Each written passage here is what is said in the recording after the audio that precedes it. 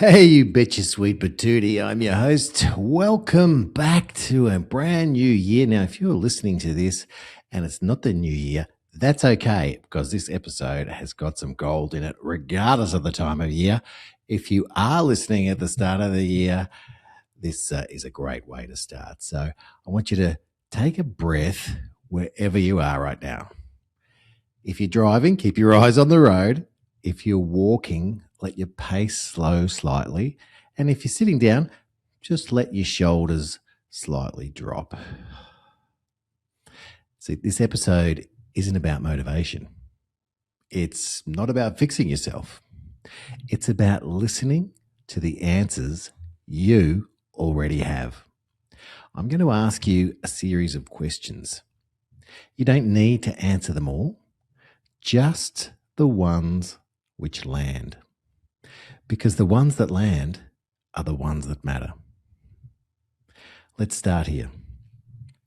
If your life was a movie and the audience had been watching up to this point, what would they be screaming at the screen telling you to do with your life?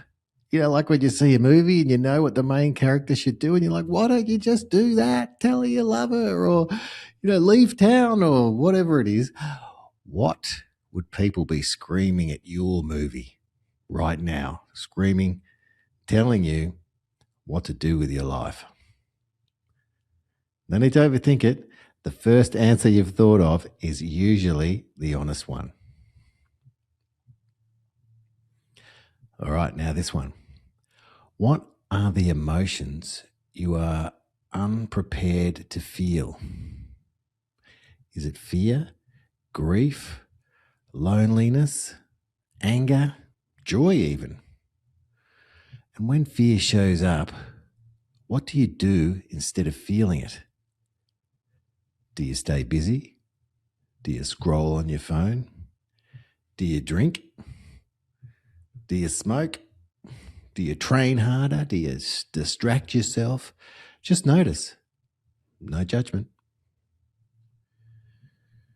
Now, let's shift perspective. Imagine yourself at 85 years old. 85 years. Not theoretical, real. What would 85-year-old you be annoyed that you did today? So what would yourself at 85 go, oh, I wish I hadn't have done that? Now flip it. What would you do if you wanted to make your 85%, your 85%? I don't know why I said 30%. What would you do if you wanted to make your 85-year-old self miserable? What came up for you just then? See, that's information. And now let's do the inverse. What would 85-year-old you wish you'd done more of? More time with who? More care for what? And more courage where? These are quite good questions, aren't they, to ask yourself, a bit of self-reflection. It's just you and your mind thinking about those answers to help spark something in you, to help you with what you can focus on this year or for the rest of the year. Really insightful questions.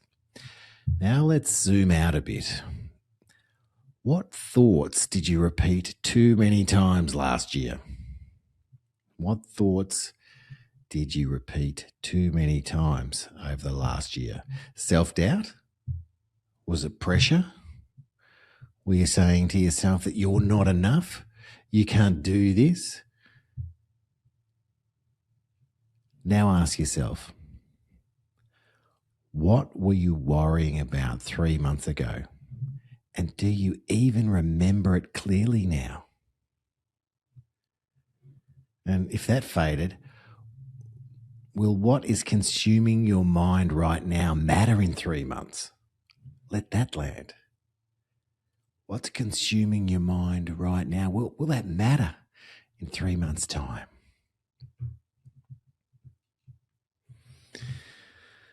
This part might sting a little, but it's just you and me.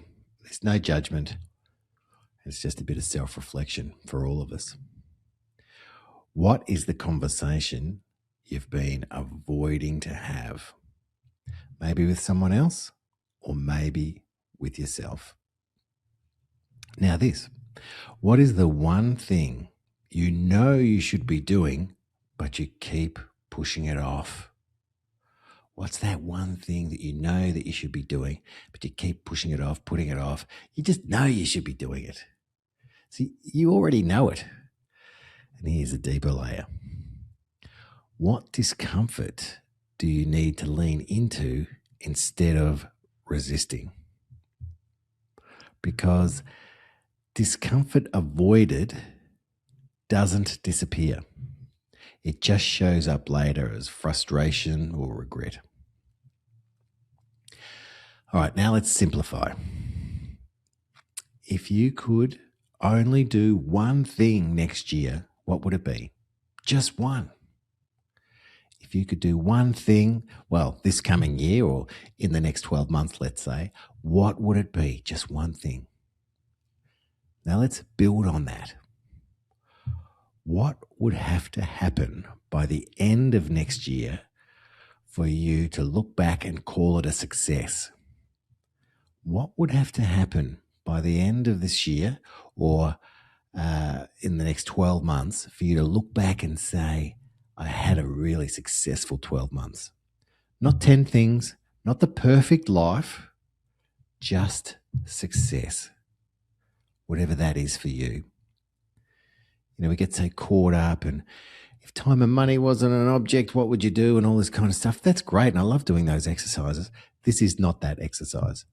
This is what would have to happen so you could look back in 12 months' time and call the last 12 months a success. Now, this one requires honesty. Are you the sort of person you want to date or wants to date? That's interesting, isn't it? Are you the kind of person that you would want to date? So if you're in a relationship, maybe you're married, maybe you're single, but are you the kind of person you would want to hang out with? There's no criticism, just clarity.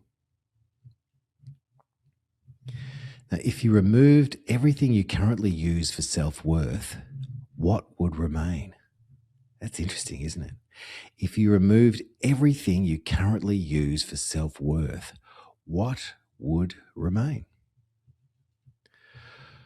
Who are you when you're not achieving?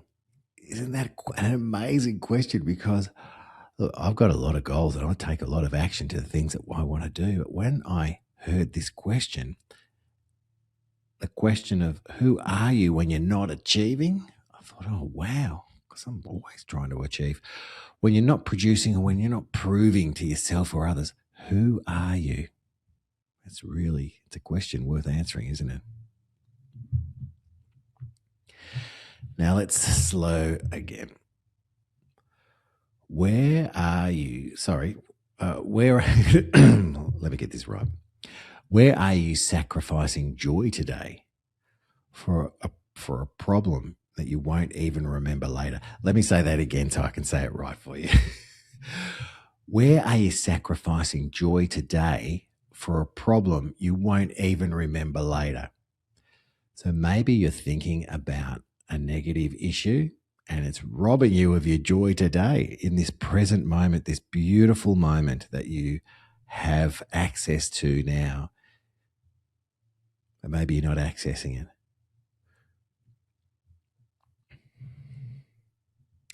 What are you using busyness to avoid feeling or thinking about?